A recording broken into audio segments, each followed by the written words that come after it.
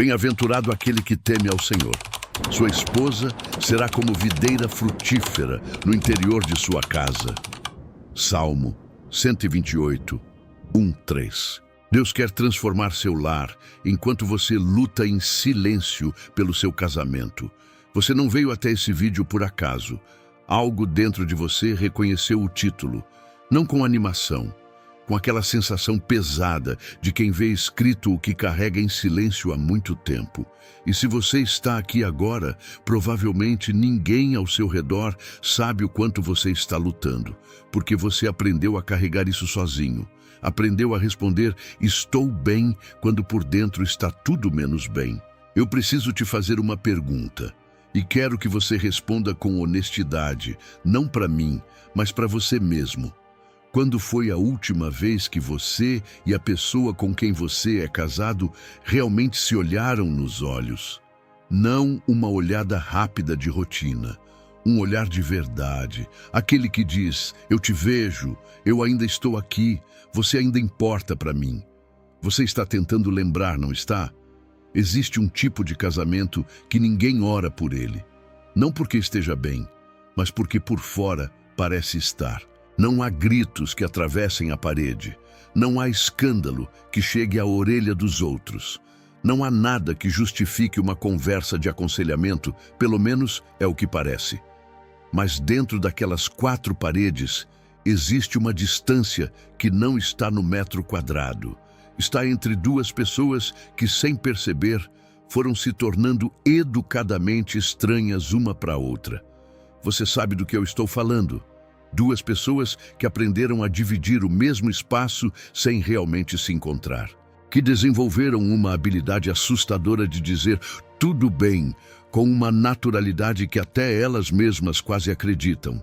Que sorriem na foto de família no domingo e na segunda-feira acordam lado a lado sem saber o que dizer. Não é ódio, não é traição.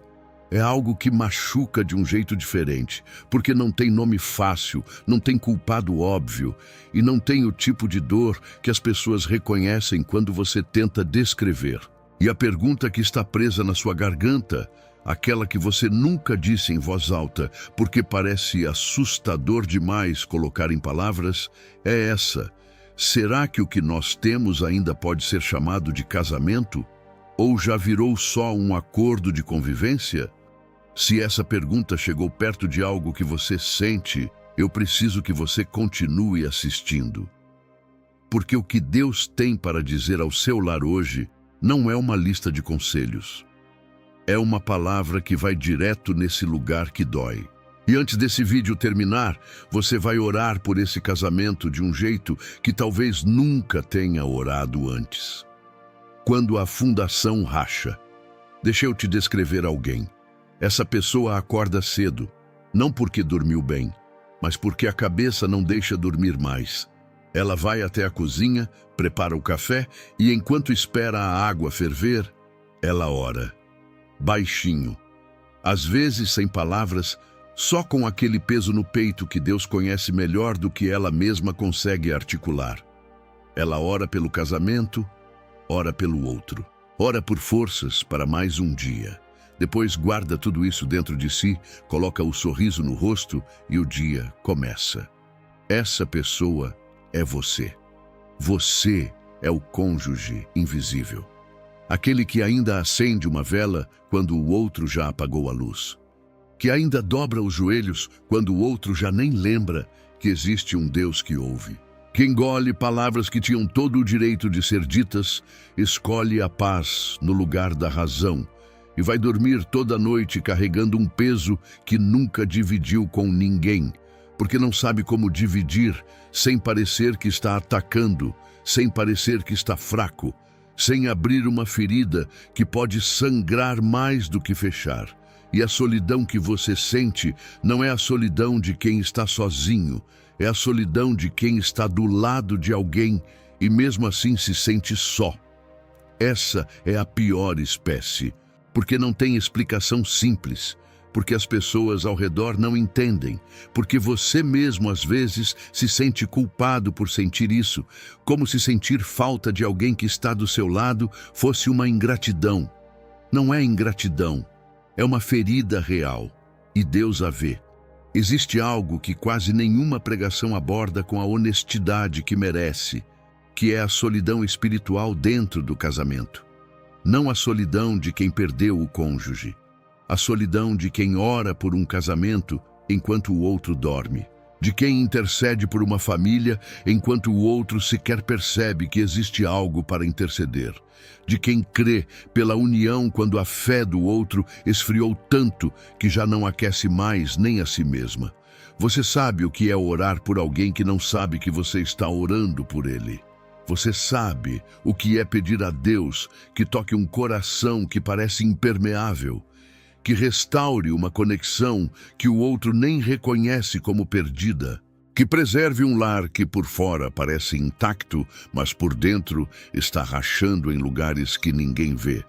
E às vezes você se pergunta se adianta, se Deus está ouvindo, se tem algum ponto em continuar sendo o único que se importa o suficiente para lutar. Eu quero que você ouça isso com toda a atenção que você tem agora. Na primeira carta de Pedro, capítulo 3, versículo 1, está escrito que a mulher que vive com um homem que não obedece à palavra pode ganhá-lo. E presta atenção nessa parte, sem palavra. Não pelo argumento certo, não pela conversa perfeita, não pela pressão constante de quem quer que o outro mude, mas pelo peso silencioso de uma vida que reflete algo que o outro ainda não tem. Isso não é fraqueza. Isso é a forma mais poderosa de intercessão que existe. Você não está perdendo tempo. Você não está desperdiçando fé. Cada oração que você fez sozinho, cada noite que você escolheu perdoar antes de dormir, cada vez que você segurou a língua quando tinha razão de soltar, tudo isso foi depositado em algum lugar que você ainda não consegue ver. E antes que eu te mostre o que o Salmo 128 revela sobre o seu lar, preciso que você entenda uma coisa que vai mudar a forma como você vai ouvir tudo o que vem a seguir. O Salmo 128 não foi escrito para casamentos perfeitos. Ele foi escrito para pessoas em jornada, para famílias que estão no meio do caminho, no trecho árido, no momento em que os pés doem e a chegada ainda não aparece no horizonte. E o que ele diz sobre esse momento vai surpreender você. O que o Salmo 128 realmente está dizendo. A maioria das pessoas que conhece o Salmo 128 o conhece como uma lista de bênçãos. Você vai ao culto, o pastor lê, e a mensagem é mais ou menos a mesma sempre. Obedece a Deus, e seu lar será abençoado. Sua esposa será como videira frutífera, seus filhos serão como oliveiras. Tudo vai florescer. Fim da mensagem. E não é que isso esteja errado, é que está incompleto. E o que falta nessa leitura é exatamente o que você precisa ouvir hoje. O Salmo 128 pertence a um grupo de salmos chamados de Cânticos de Ascensão. Eram cantados pelos peregrinos israelitas durante a subida a Jerusalém para as festas sagradas. Não eram lidos em silêncio numa cadeira confortável. Eram cantados em movimento, em jornada, por famílias inteiras que deixavam suas casas, seus campos, sua rotina e partiam por trilhas áridas durante dias e semanas de caminhada. Pensa nisso por um momento. Famílias com crianças pequenas, casais com desentendimentos não resolvidos, pais carregando o peso do trabalho e da fé ao mesmo tempo. Pessoas cansadas, com os pés doendo, sem saber exatamente quando a jornada ia terminar. E no meio desse caminho, alguém começava a cantar esse salmo. Não porque tudo estava bem, mas porque precisavam lembrar para onde estavam indo. Isso muda tudo sobre como você lê esse texto. O Salmo 128 não descreve um lar que já chegou. Ele descreve um lar que ainda está caminhando. E cada imagem dentro dele carrega um peso que a leitura superficial nunca vai alcançar. A primeira linha diz: Feliz todo aquele que teme ao Senhor. E a maioria lê isso como uma condição para receber bênção, como se Deus estivesse numa posição de cobrar antes de dar. Mas o peregrino que cantava esse versículo, no meio de uma trilha exaustiva, não estava lendo uma cláusula contratual. Estava se ancorando. Estava lembrando que quando o amor humano vacila, quando o cansaço da jornada faz tudo parecer inútil, existe uma fonte que não seca. O temor do Senhor não é medo de punição, é o reconhecimento de que existe algo maior do que o seu problema, maior do que a sua dor, maior do que a distância que se instalou entre você e a pessoa com quem você se casou. É a âncora que impede que você derive quando a maré está contra. Depois vem a imagem da mulher como videira frutífera. E aqui é onde a leitura rasa perde o que há de mais poderoso nessa metáfora. Uma videira não produz fruto sozinha. Uma videira precisa de estrutura, precisa de suporte, precisa de alguém que poda nos momentos certos, que rega quando a terra está seca, que não abandona a planta quando ela passa por uma estação sem flores. A promessa não é que a mulher vai florescer automaticamente. A promessa é que dentro de um lar, onde Deus está no centro, existe o ambiente certo para que ela floresça. E isso fala tanto para a mulher que está murcha e não entende por quê, quanto para o homem que nunca parou para perguntar o que a sua videira precisa para voltar a produzir. E então vêm os filhos como oliveiras ao redor da mesa. A oliveira é uma das árvores mais lentas do mundo. Leva de 15 a 20 anos para começar a produzir fruto de forma consistente. Tem oliveiras no Oriente Médio com mais de 2000 anos. Elas sobrevivem à seca, a guerras, a gerações inteiras que nascem e morrem ao redor delas. Quando o Salmo fala dos filhos como oliveiras, não está prometendo que seus filhos vão ser perfeitos ou que a criação vai ser fácil. Está dizendo que o fruto que você está plantando hoje, nessa luta silenciosa, nessa persistência que ninguém vê, vai ser colhido em gerações que você talvez nem conheça. O que você está fazendo agora importa mais do que você consegue medir. E existe um inimigo que sabe disso. Um inimigo que não aparece de forma óbvia, que não chega com um nome fácil de identificar, mas que trabalha exatamente nesse espaço entre duas pessoas que um dia se amaram e hoje mal se reconhecem. Esse inimigo precisa ser nomeado, porque você não pode combater o que não consegue ver. O inimigo, ninguém está combatendo. A maioria dos casamentos não quebra por falta de amor. Eu sei que isso parece contraintuitivo. A narrativa que todo mundo conhece é a da traição, da incompatibilidade, do casal que simplesmente não era feito um para o outro. Mas se você olhar com honestidade para o que acontece dentro da maior parte dos lares em crise, você vai encontrar algo diferente. Vai encontrar duas pessoas que ainda se importam, que no fundo ainda querem que funcione, mas que estão sendo destruídas por inimigos que nunca foram nomeados. E o que você não nomeia, você não combate. O primeiro inimigo se chama familiaridade, que anestesia. Você parou de ver o outro, não porque ele mudou radicalmente, não porque você deixou de gostar, mas porque você se acostumou com a versão resumida dele, com a versão que cabe na rotina, que não surpreende, que não exige que você preste atenção de verdade. Você sabe como ele toma o café, sabe o que ele vai responder antes de ele abrir a boca, sabe quais assuntos evitar para não começar uma discussão. E essa familiaridade, que deveria ser conforto, virou uma parede de vidro. Você está do lado de alguém e enxerga através dele sem realmente vê-lo. O perigo da familiaridade não é que você odeia o outro, é que você parou de ser curioso por ele. E quando a curiosidade morre dentro de um casamento, uma parte essencial da conexão vai junto. O segundo inimigo é o cansaço que se disfarça de desamor. Esse é o mais traiçoeiro dos três, porque ele chega com uma voz que parece verdade. Ele chega dizendo: Você não sente mais nada. Você não está mais apaixonado. Talvez vocês dois tenham mudado demais. Talvez o amor tenha acabado. E você começa a acreditar. Começa a interpretar o vazio que sente como evidência de que algo morreu entre vocês. Mas eu preciso te dizer o que esse vazio realmente é. Aquilo que você está chamando de desamor tem outro nome. Chama-se esgotamento. É uma alma que foi dando, dando e dando sem ser reabastecida. É um coração que carregou peso demais por tempo demais sem ter um lugar seguro para pousar. Esgotamento não é falta de amor, é falta de margem. É uma pessoa tão vazia que não tem mais como oferecer o que não tem dentro. E a diferença entre diagnosticar seu casamento como sem amor e diagnosticá-lo como esgotado é a diferença entre desistir e buscar restauração.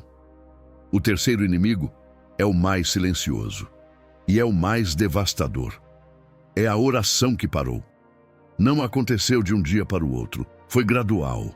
Primeiro pararam as orações juntos, porque a rotina ficou corrida. Depois cada um foi orando na sua individualidade quando orava. Depois os dias foram passando e a presença de Deus foi saindo do centro do lar, sem que ninguém tomasse a decisão consciente de colocá-la de lado. E aí eu te faço uma pergunta direta. Quando foi a última vez que vocês dois oraram juntos? Não uma bênção rápida antes do jantar, não vai com Deus na porta de casa. Uma oração real, com os nomes um do outro nos lábios, com as feridas um do outro diante de Deus, com o peso real do que vocês estão vivendo colocado nas mãos de quem pode de fato carregar. O casamento que para de orar junto não quebra de uma vez. Quebra em silêncio, uma semana por semana, um distanciamento pequeno por vez, até que um dia você olha para o lado e percebe que está dividindo a cama com um estranho familiar. E sabe o que é mais cruel nessa dinâmica? O inimigo não precisa destruir o seu casamento, ele só precisa que você fique ocupado o suficiente para nunca criar o espaço onde Deus poderia reconstruí-lo. Mas existe uma noite que muda tudo. Não a noite em que tudo se resolve, a noite em que uma pessoa, só uma, decide orar sem saber se ainda acredita que vai adiantar. E o que Deus faz nessa noite é o que nenhuma terapia, nenhum livro e nenhum conselho humano consegue reproduzir. Deixa eu te contar essa história. A noite em que uma pessoa decidiu orar sozinha. Ela tinha 38 anos e estava deitada no lado direito da cama. O marido dormia, ou fingia dormir. Ela nunca tinha certeza. Mas o que ela sabia, com uma clareza que doía, é que estavam do mesmo lado da cama e a uma distância que nenhum centímetro conseguia medir. Eles tinham tido uma discussão naquela noite. Não a discussão explosiva que pelo menos libera algo. A pior, aquela fria, com palavras calculadas, onde cada um fala para ser ouvido, mas ninguém realmente escuta. O tipo de conversa que termina com um silêncio que pesa mais do que qualquer grito. E ela estava deitada no escuro, olhando para o teto, com aquela mistura específica de exaustão e raiva e tristeza que quem viveu isso reconhece sem precisar de descrição.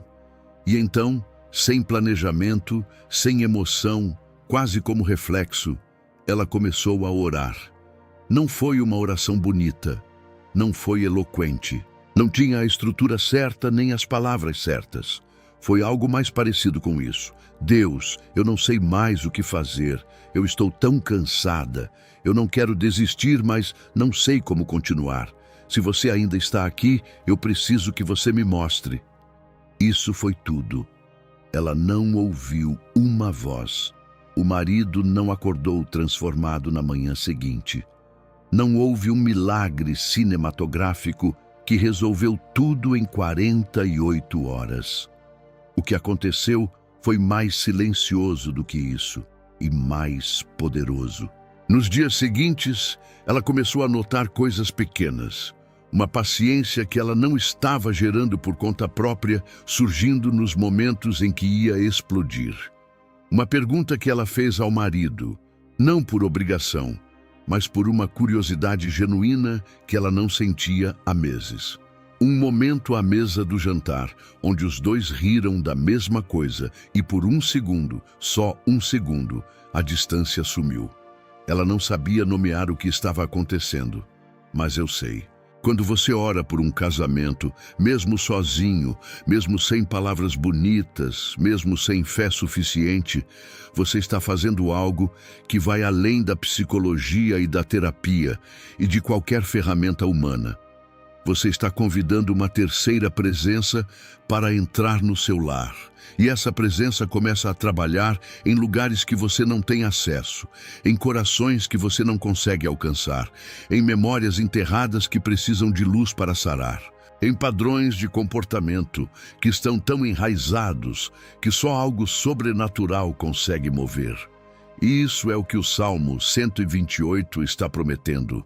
Não que seu casamento vai ser fácil, não que o outro vai mudar amanhã, mas que quando você constrói o seu lar sobre o temor do Senhor, você não está construindo sobre a sua capacidade de amar, que vai variar, que vai falhar, que vai esgotar. Você está construindo sobre algo que não oscila, algo que funciona mesmo quando você não tem mais força para funcionar. E preciso que você entenda a diferença entre duas posições que parecem iguais, mas são completamente diferentes. A primeira é a pessoa que ora esperando que Deus mude o outro para que o relacionamento fique suportável. A segunda é a pessoa que ora pedindo que Deus a transforme de dentro para fora, independente do que o outro faça. A primeira oração tem o outro como objetivo. A segunda oração tem Deus como centro. A primeira pode ser manipulação espiritual disfarçada de fé. A segunda é o tipo de rendição que move montanhas. E aqui está o paradoxo mais bonito de tudo isso. Quando você para de orar para que o outro mude e começa a orar para que Deus te transforme, o outro frequentemente começa a mudar. Não porque você manipulou o processo, mas porque você mudou o ambiente espiritual do lar. Porque você deixou de ser mais um ponto de tensão e se tornou um ponto de ancoragem. Porque a presença de Deus que você carrega começa a transbordar para os lugares e as pessoas ao seu redor, sem que você precise fazer nada além de permanecer. Mas existe uma pergunta que ainda não foi respondida. E ela é a mais prática de todas. Você sabe que precisa restaurar algo. Você sente que ainda há o que salvar, mas não sabe por onde começar. Não sabe o que fazer na segunda-feira de manhã, quando o peso voltar e a distância estiver lá e a rotina puxar tudo de volta para o lugar onde estava. É exatamente isso que o próximo capítulo vai responder. O que fazer na segunda-feira de manhã?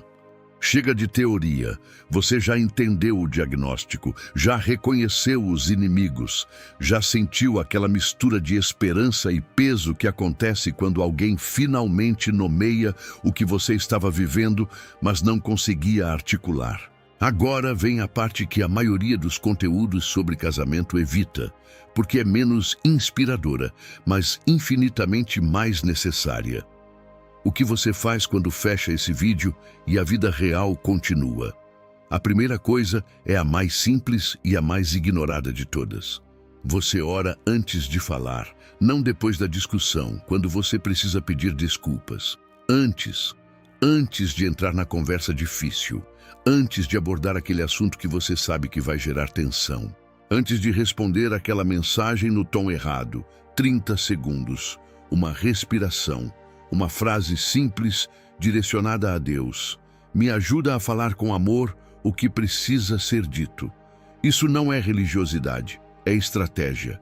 É você reconhecendo que a sua capacidade de comunicação sozinha não é suficiente para navegar a complexidade de uma relação humana próxima. Você está pedindo suporte antes de entrar no campo, não resgate depois de se machucar. A segunda coisa é o que eu chamo de pergunta de 1 minuto. Uma vez por dia, em algum momento do dia, você olha para o outro e faz uma pergunta que não seja sobre logística. Não, Você viu onde estão as chaves? Não, você vai buscar as crianças hoje? Não, o que você quer jantar? Uma pergunta real. Como você está de verdade? O que está pesando em você essa semana? O que você está com vontade de fazer que a gente nunca faz? Não precisa ser uma conversa longa, não precisa resolver nada. A pergunta sozinha já comunica algo que a rotina apagou. Comunica que você ainda está curioso pelo outro, que ele ainda importa, além da função que ocupa no dia a dia. A curiosidade é o oxigênio da intimidade. Quando ela para, a conexão sufoca devagar. A terceira coisa vai parecer pequena demais para o tamanho do problema que você está enfrentando, e por isso mesmo é a mais importante. Escolha um ritual de presença, algo pequeno, repetível, que pertença só a vocês dois. Pode ser um café tomado juntos antes que as crianças acordem. Pode ser 10 minutos sem celular depois do jantar. Pode ser uma caminhada curta no fim de semana. Pode ser qualquer coisa, desde que seja consistente e desde que nesse momento os dois estejam presentes de verdade, não fisicamente no mesmo espaço enquanto a mente está em outro lugar. Os grandes momentos de um casamento não restauram um relacionamento. Os pequenos momentos consistentes é que fazem isso. Não a viagem dos sonhos que acontece uma vez por ano. O café de toda manhã que dura 15 minutos, mas onde vocês dois realmente se olham. O cérebro humano constrói segurança através de previsibilidade positiva. Quando o outro sabe que existe um momento no dia onde você está presente de verdade, onde não há cobrança nem resolução de problemas, nem tensão acumulada, o sistema nervoso começa a relaxar ao redor de você. E é nesse relaxamento que a intimidade volta a circular. A quarta coisa é a que vai custar mais. Pare de manter a conta. Você sabe o que é isso. É a lista mental que você carrega de tudo o que o outro fez ou deixou de fazer. É a memória que registrou cada vez que ele falhou, cada vez que você cedeu e ele não reconheceu, cada vez que você se esforçou e foi invisível. Essa lista existe, é real, e guardar ela faz sentido como mecanismo de proteção. Mas essa lista também é uma prisão. E as grades dessa prisão não prendem só o outro, elas prendem você. Soltar não significa fingir que não aconteceu. Não significa abrir mão de conversas necessárias ou de limites legítimos. Significa decidir que você não vai deixar o passado consumir o presente que ainda pode ser construído. Existe um versículo em Filipenses 3, onde Paulo diz que ele faz uma coisa: esquece o que ficou para trás e avança para o que está à frente. E Paulo estava falando de uma vida inteira de perdas e fracassos e perseguição. Não de uma briga de casal. Se ele conseguiu aplicar esse princípio naquele contexto, você consegue aplicar no seu. E quando você juntar todas essas 4 coisas, oração antes da fala, pergunta de 1 minuto, ritual de presença e soltar a conta, você vai começar a notar algo que não esperava. Não que o outro mudou dramaticamente, mas que você está diferente, mais leve, mais presente, menos reativo. E essa diferença em você vai criar um ambiente diferente ao seu redor. Mas ainda tem uma conversa que você precisa ter. A mais difícil de todas, a que você tem adiado há mais tempo. E no próximo capítulo eu vou te mostrar exatamente como ter ela. A conversa que você tem adiado. Você sabe qual é. Não precisa nem pensar muito. Ela já veio à mente enquanto você lia o título. É aquela conversa que você começou mentalmente centenas de vezes, que você ensaiou no chuveiro, no carro, enquanto lavava louça, onde você já sabe o que quer dizer, já antecipou a resposta do outro, já planejou como vai reagir à reação dele. E mesmo assim não aconteceu, porque toda vez que o momento parece certo, aparece um motivo legítimo para adiar. As crianças estão acordadas. Ele está cansado. Você está cansada. Não é a hora. Vai gerar uma discussão e você não tem energia para isso agora. Vai estragar um fim de semana que estava razoável. Vai abrir uma ferida que vai doer e você não sabe se vai conseguir fechar. E então, mais uma semana passa. E mais um mês. E aquilo que precisava ser dito foi sendo enterrado em camadas de silêncio até virar um peso que você carrega no peito sem conseguir mais localizar exatamente onde dói. Eu preciso te dizer algo sobre essa conversa adiada. O problema não é que você não sabe o que dizer.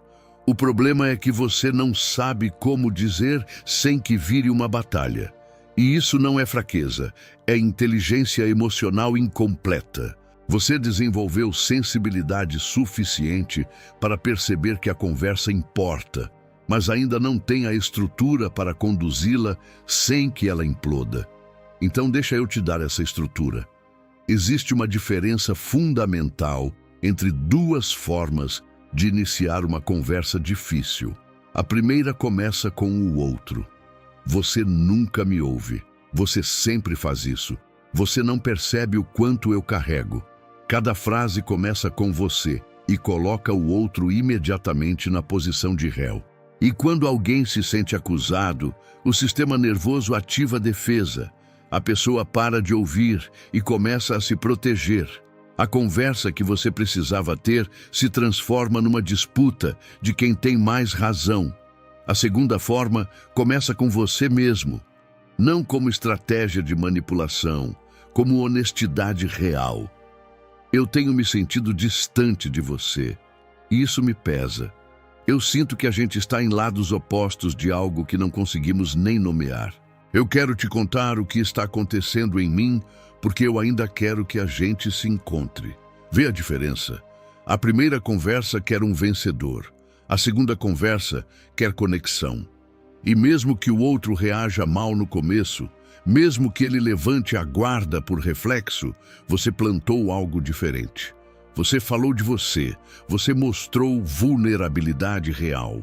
E vulnerabilidade genuína é o único idioma que atravessa a armadura que as pessoas constroem quando estão na defensiva. Mas tem um detalhe que a maioria ignora e que sabota tudo. O timing importa tanto quanto as palavras. Não existe conversa difícil que funcione quando uma das pessoas está com fome, cansaço físico intenso, estresse agudo de trabalho ou acabou de sair de um conflito com outra pessoa. O sistema nervoso nessas condições não tem capacidade de processar vulnerabilidade. Ele está em modo de sobrevivência e você vai estar falando com a versão mais fechada e reativa do outro. A conversa que você precisa ter merece um momento de abertura. Pode ser um sábado de manhã tranquilo. Pode ser depois de uma refeição boa, quando o ambiente está relaxado. Pode ser durante uma caminhada, porque o movimento físico paralelo reduz a tensão do confronto face a face. Escolha o momento com a mesma intenção com que escolhe as palavras.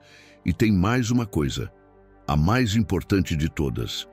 Decida antes de começar o que você quer que essa conversa produza, não o que você quer provar.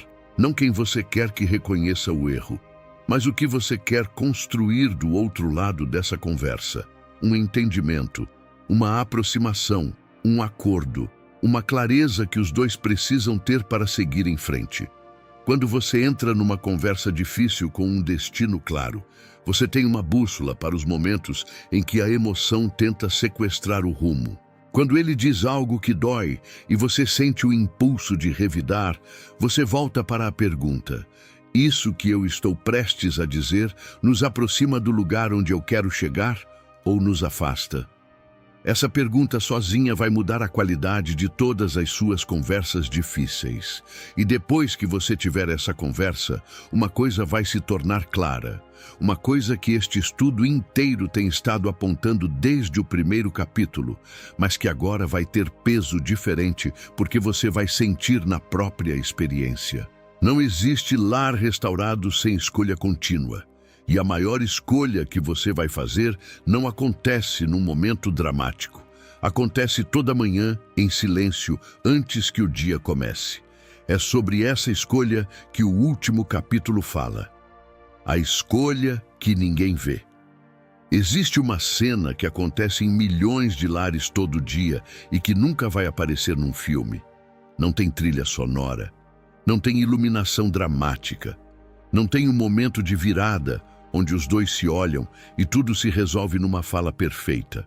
É uma cena silenciosa, invisível, que dura talvez 30 segundos. É o momento em que você acorda, antes que o dia comece, antes que as crianças chamem, antes que o celular notifique, antes que a rotina te engula, e você faz uma escolha, a escolha de permanecer com intenção, não permanecer por inércia, não ficar porque é difícil sair, porque os filhos precisam, porque o que vão dizer, porque você tem medo do que vem depois. Mas escolher ativamente, com consciência, construir o lar que você prometeu construir. Mesmo que ontem tenha sido difícil, mesmo que ainda haja feridas que não fecharam completamente, mesmo que o outro ainda não esteja no mesmo lugar que você. Essa escolha silenciosa que ninguém vê é a fundação de tudo. E eu quero te levar de volta ao Salmo 128 uma última vez. Não para analisar mais um versículo, mas para que você enxergue o que o salmista está descrevendo com olhos diferentes agora que você chegou até aqui. Bem-aventurado todo aquele que teme ao Senhor e anda nos seus caminhos. Repara na palavra caminho, não destino, não chegada. Não o momento em que tudo estiver resolvido e o casamento estiver perfeito e os filhos estiverem bem e a vida estiver arrumada. Caminho, processo, movimento contínuo. A bem-aventurança não está reservada para quando você chegar. Ela está disponível agora, no andar, no dia a dia, de quem decidiu construir sobre o fundamento certo. E o que o salmista descreve depois, a esposa, os filhos ao redor da mesa, a vida frutífera, não é uma promessa de que tudo vai ser fácil. É uma imagem de um lar que foi construído, escolha por escolha, dia por dia, ao longo de anos de decisões que ninguém viu, mas que foram acumulando algo real. Um lar não se constrói numa virada. Se constrói em escolhas pequenas que se repetem. A escolha de orar antes de falar. A escolha de perguntar como o outro está de verdade. A escolha de estar presente no ritual pequeno de todas as manhãs. A escolha de soltar a conta.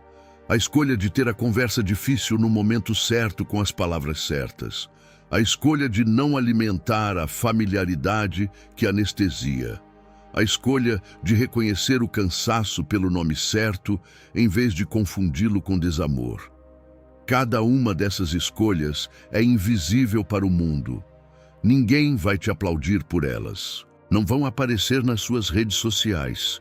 Não vão render elogios de pessoas de fora, mas vão construir, lentamente, solidamente, algo que as tempestades não derrubam. E preciso falar sobre as tempestades. Elas vão vir.